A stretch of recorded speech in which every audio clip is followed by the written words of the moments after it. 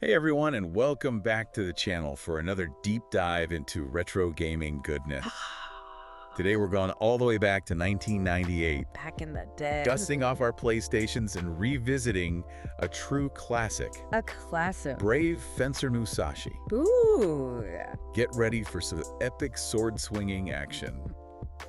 A journey to a parallel world and a whole lot of quirky charm. I am ready. Well, I'm excited to talk about Brave Fencer Musashi with you today. Absolutely. It's a game that holds a special place in my heart, and I know it does for a lot of our viewers as well. Yeah, for sure. Brave Fencer Musashi. It's Wow. really a unique game. Yeah. What's so fascinating is that it really broke the mold for Square, a company known at the time for their more traditional RPGs, Yeah. their turn-based RPGs. You know, you're expecting something like Final Fantasy VII, right? Yeah. And then all of a sudden, Yeah. you get hit with this like burst of real-time action in 3D environments. Yeah, you're expecting like a slow burn. Yeah. And this one just like throws you right into the action. And it's like, whoa, Yeah. okay, I'm down for this. I'm here for it. So for those who might have missed this gem back in '98, what exactly is Brave Fencer Musashi? Well, it's an action RPG Okay. developed and published by SquareSoft, as they were known back then. Hey. And yeah, it hit the PlayStation scene in 1998. Yeah, and as you said, it really was a departure from their usual fare. Big time.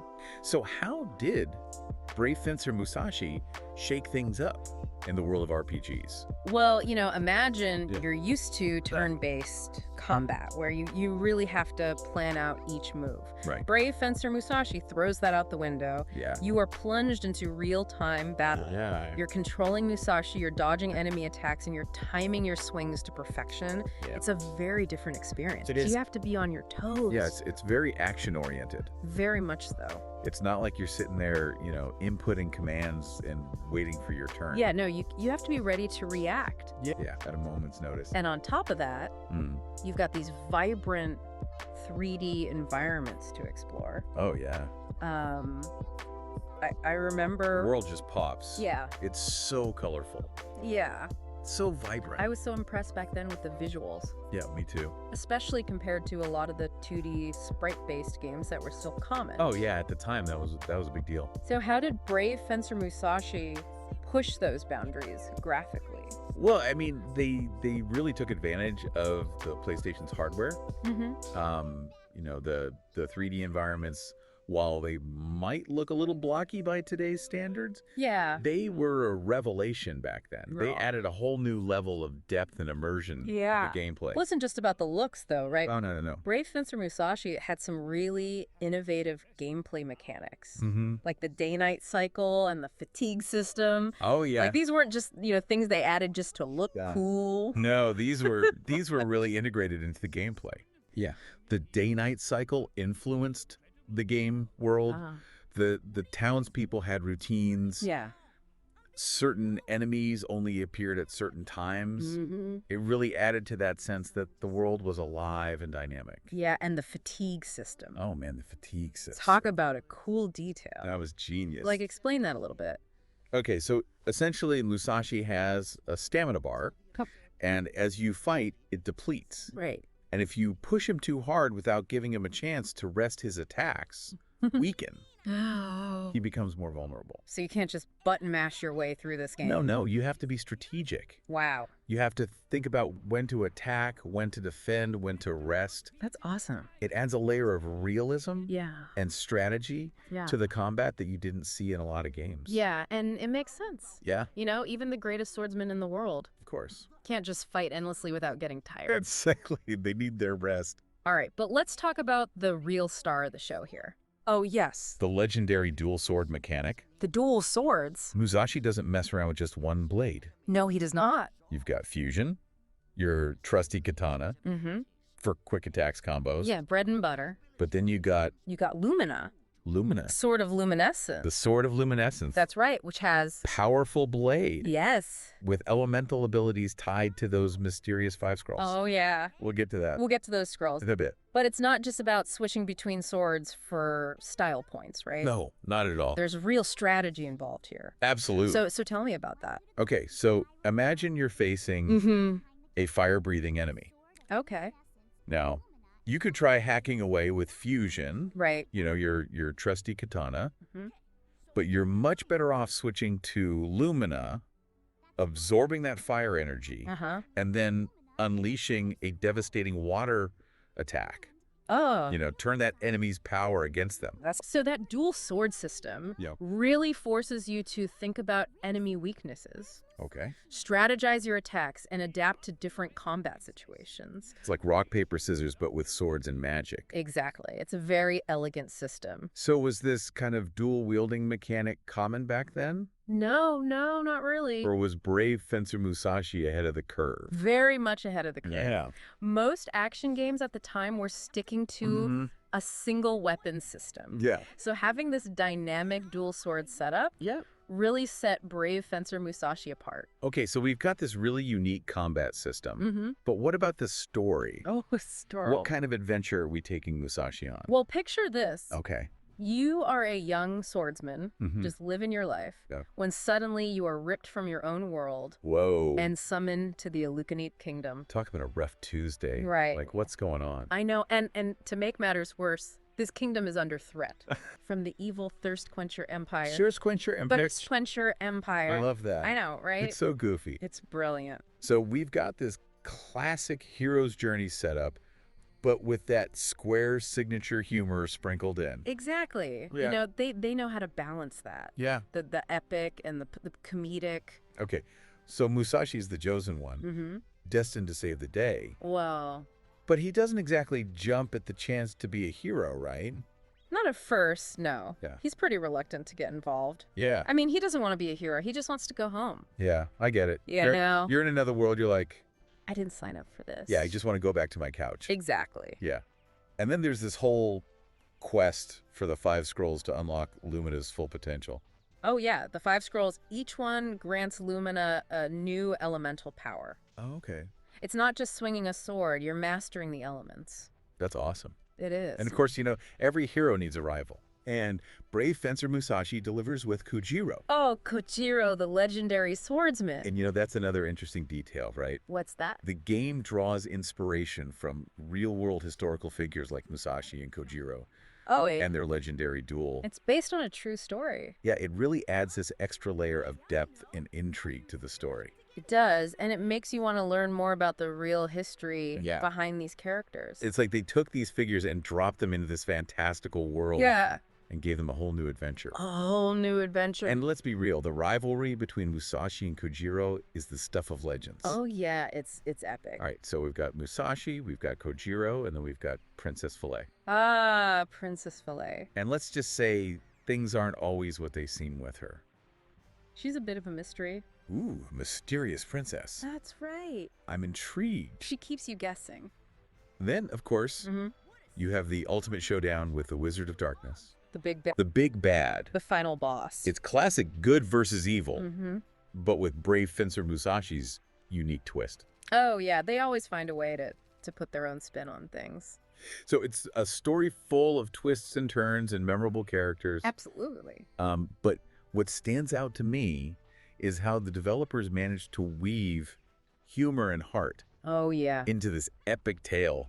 For sure. You're laughing one minute and then you're on the edge of your seat the next. Yeah, it's a roller coaster of emotions. But how did this quirky masterpiece come to be? Oh, that's a good question. Let's talk about the development process behind brave Fencer Musashi. So from what we know, the initial concept was pretty straightforward. Yeah. They wanted to put Musashi in an alternate world and let him loose. Sounds fun. Yeah. But as the game evolved, it became something much more ambitious. Yeah. The developers were really pushing the limits at the PlayStation, especially with those polygonal graphics and the real-time combat. Yeah. It was a real technical feat for the time. I can imagine. Yeah. So what were some of the hurdles that they had to overcome? Well, localization was a big one. Oh, yeah. You know, there were some interesting challenges with certain character names that referenced alcohol. Uh-oh. Yeah. We're talking about a game that was released in Japan. Right. And then brought over to North America. And, you know, there are certain things that... Cultural differences. Fly in Japan. Yeah. That maybe don't fly in North America. Exactly. So what kind of changes did they have to make? Well, for example, there's a character named Sake Monk in the Japanese version. Sake Monk. Sake Monk. I love it. In the North American release, he became Soda Popinski. Soda Kopinski. Soda Popinski. That's amazing. It's a funny change. It's great. But you can see how some of the original humor might not have translated perfectly. I bet some of those jokes went right over our heads as kids. Oh, yeah, for sure. But, it's a testament to the game's charm that it remains so enjoyable, even with those localization quirks. They did a good job. So we've talked about challenging development localization hurdles. What else can you tell us about the making of Brave Fencer Musashi? Well, this game actually marked the debut of composer Tsuyoshi Sekito at Square. Oh, wow. He would later go on to create soundtracks for games like Final Fantasy XIII. Yeah. But his work on Brave Fencer Musashi was truly special. Yeah, I agree. It's full of these catchy tunes and epic battle themes. The music's so good. It is. It's so upbeat. It's so memorable. And it perfectly captures the adventurous spirit of the game. Yeah, absolutely. You hear that music and you're instantly transported back to the world of Brave Fencer Musashi. I hum those tunes all the time. Me too. So you're telling me that Brave Fencer Musashi was his first work? At Square, yeah. At Square? Wow. It was his debut. And he went on to do Final Fantasy Kais. Yeah, and a bunch of other great games. That's amazing. It is. I mean, talk about starting your career with a bang. Right out of the gate. Yeah.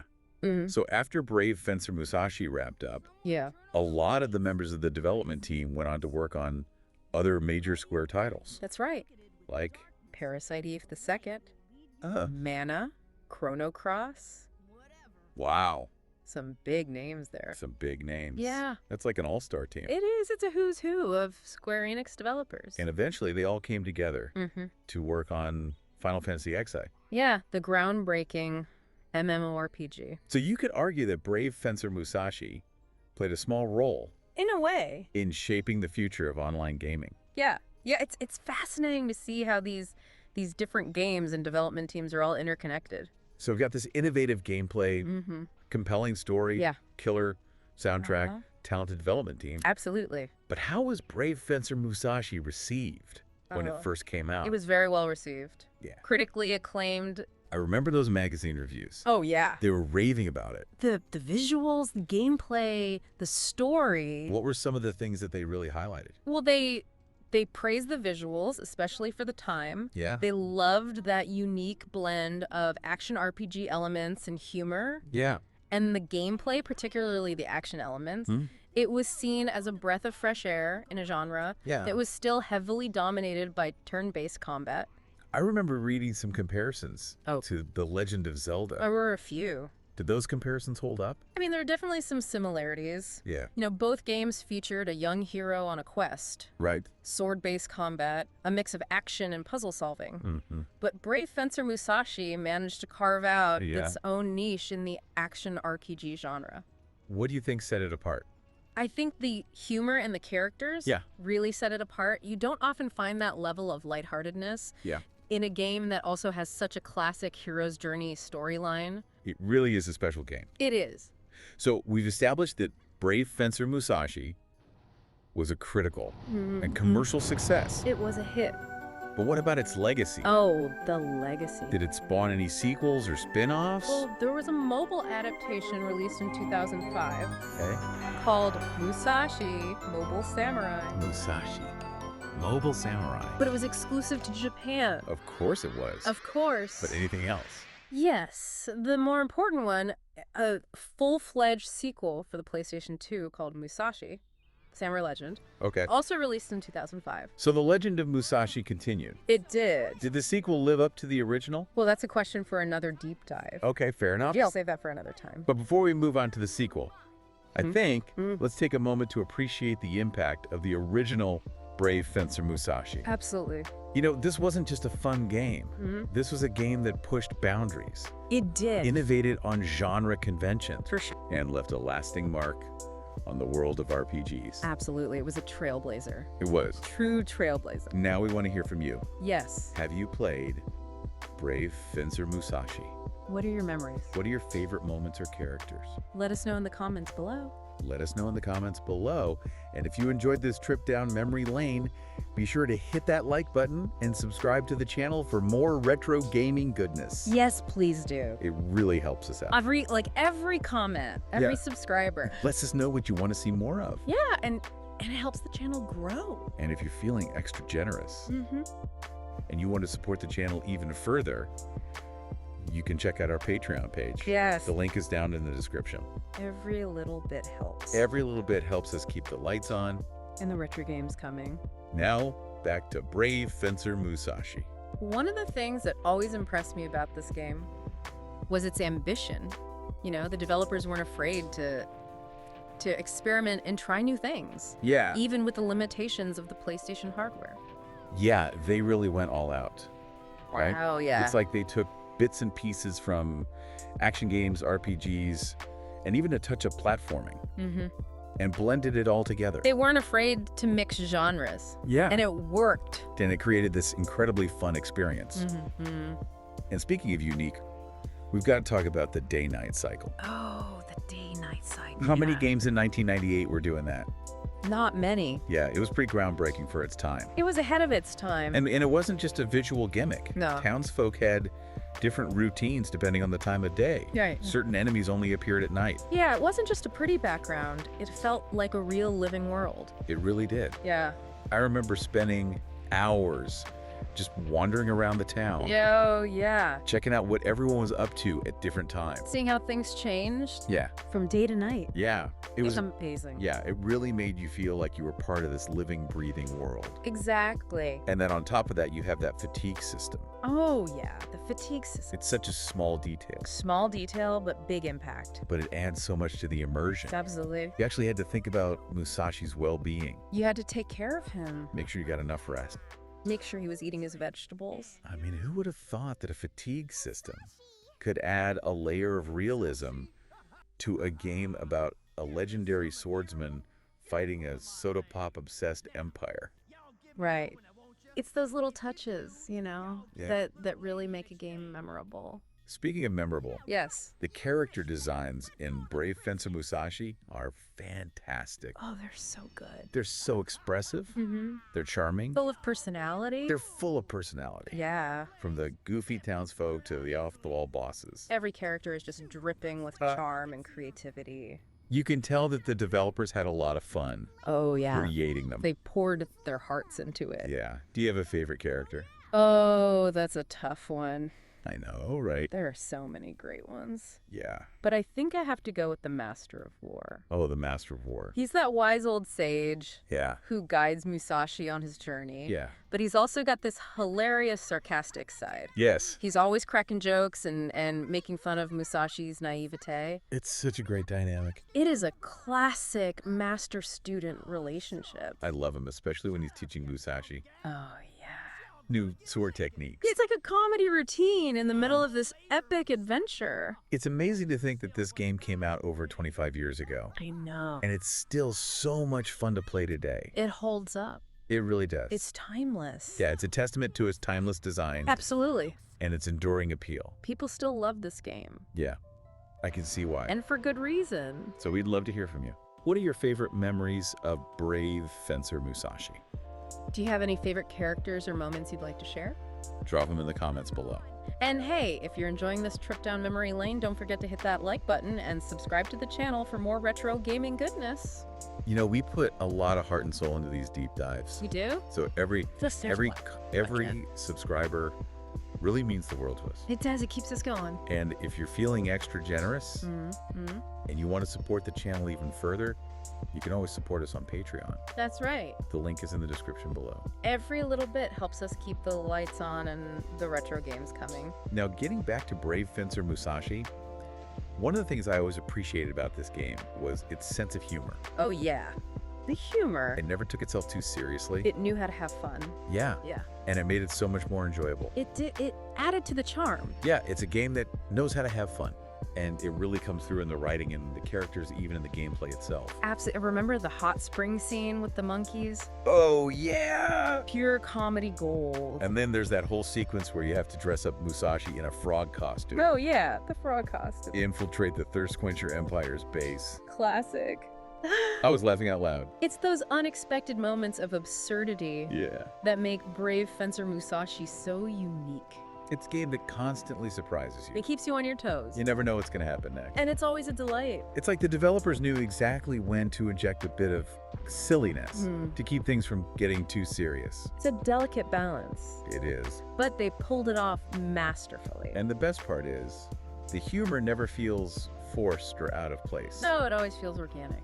Yeah, it always feels natural. To the world and the characters. And speaking of balance, I think brave Fencer Musashi did a great job of balancing challenge and accessibility. Oh, for sure. It was a game that anyone could pick up and enjoy, regardless of their experience with action RPGs. You didn't have to be a hardcore gamer to enjoy this game. The combat was challenging enough to keep you engaged, It was. but it never felt overwhelming or unfair. No, they found that sweet spot. Remember that feeling when you finally mastered a new combo? Oh, yeah. Or figured out an enemy's weakness? So satisfying. So satisfying. Yeah. And the controls were intuitive and responsive. Easy to pick up. Yeah. Easy to learn. It just feels good to play. It does. It's a very polished game. And the story, while full of twists and turns, was always engaging and easy to follow. Yeah, you were never lost. Yeah, you were never scratching your head, Oh. wondering what was going on. The story kept you hooked, So it managed to be both fun and engaging. which is a rare combination. It is these days. Yeah, It's hard to find that balance. it is. But brave Fencer Musashi nailed it. they did. I think brave Fencer Musashi is a true gem It is a gem that deserves to be rediscovered. by a new generation of gamers. You know, it's a reminder that games don't need to be overly complex or hyper-realistic No, to be incredibly fun and engaging.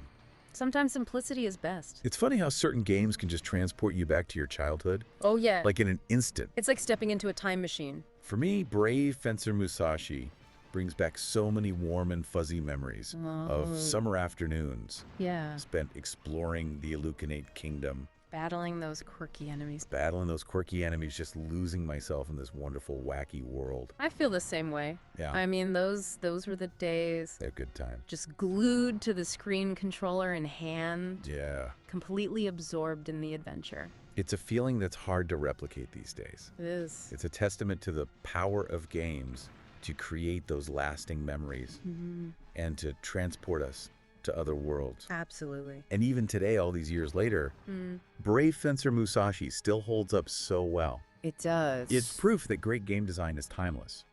It's true. Absolutely. Some games just have that magic They do. that stays with you no matter how much time passes. Brave Fencer Musashi was clearly made with love. It was. And that love shines through in every aspect of the experience. It's a reminder that even a game about a legendary swordsman fighting a goofy empire can be full of charm, humor, and heart. Absolutely. Those things aren't mutually exclusive. Speaking of charm, Yes. can we talk about the game's soundtrack for a moment? Oh, the soundtrack. I mean, come on, the music in this game. It's so It's good. pure joy.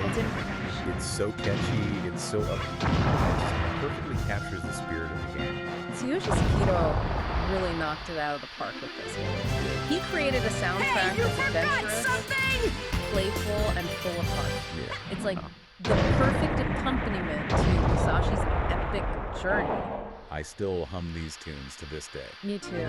It's one of those soundtracks that gets stuck in your head. In the best way possible. Best way possible. Yeah, it's like the soundtrack to your childhood. And to think that brave Fencer Musashi was his first work with Square. No, it's amazing. It's incredible. What a way to start your career. So we've talked about the gameplay, the story, Mm-hmm. the characters, the humor, the soundtrack. What else is there? Is there anything else we've missed about this awesome game? Well, we haven't really delved into the game's legacy. Oh, the legacy. You know, what kind of impact did Brave Fencer Musashi have on the gaming world? Yeah. Did it inspire other games or developers? It's tough to measure that kind of influence directly, It is. but it's clear that Brave Fencer Musashi left its mark on the action RPG genre. It helped pave the way for other games that combined real-time combat with quirky storytelling Yeah. and memorable characters. It was a true pioneer in many ways. It was. And even though it may not be as widely recognized as some of Square's other franchises, Sure. it still holds a special place in the hearts of those who played it. It's a cult classic. It is. For sure. You know, it's a shame that we haven't seen a new Brave Fencer Musashi game I know. in such a long time. It's been too long. I think there's so much potential Oh, for yeah. this series to make a comeback.